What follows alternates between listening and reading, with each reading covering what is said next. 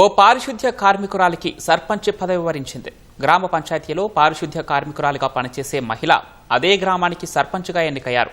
వరంగల్ జిల్లా దుగ్గొండి మండలం రేకంపల్లిలో కొలుబురు సుజాత పారిశుద్ధ్య కార్మికురాలుగా పనిచేస్తోంది. సర్పంచి స్థానం ఎస్సీ మహిళకు రిజర్వ్ కావడంతో గ్రామ పంచాయతీపై అవగాహన ఉన్న సుజాత పోటీలో నిలవాలని గ్రామస్తులు కోరారు. దీంతో కాంగ్రెస్ పార్టీ మద్దతుతో బరిలో నిలిచిన సుజాత రెండో విడత పంచాయతీ ఎన్నికల్లో తన ప్రత్యర్థిపై 186 ఓట్ల మెజార్టీతో విజయం సాధించారు. సుజాత గెలుపు పట్ల గ్రామస్తులు హర్షం వ్యక్తం చేశారు. నిన్న జరిగిన గ్రామ పంచాయతీ ఎన్నికల్లో అందరు నిలబడమన్నారు. అందరు కూడా నన్ను గెలిపించారు. సంతోషంగా ఉంది.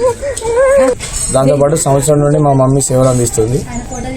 రేకంపల్లి గ్రామ కాంగ్రెస్ పార్టీ నాయకులు మా తల్లిగారిని సర్పంచ్ అభ్యర్థిగా బలపరిచిళ్ళు. దాని ద్వారా ప్రజలు కూడా అందరూ స్వీకరించి అధిక మెజార్టీతో మా తల్లిగారిని ఆశీర్వదించిళ్ళు.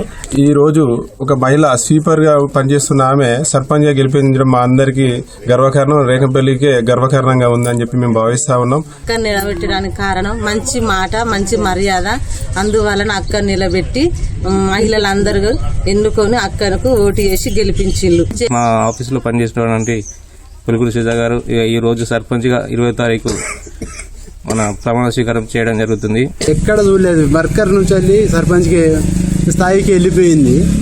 అది మేము సంతోషం. ఆమె కూడా అభివృద్ధి చేస్తుందని, ప్రజల ప్రక్షాళన ఉంటుంది, అభివృద్ధి చేస్తుందని మా నమ్మకం, ప్రజల నమ్మకం.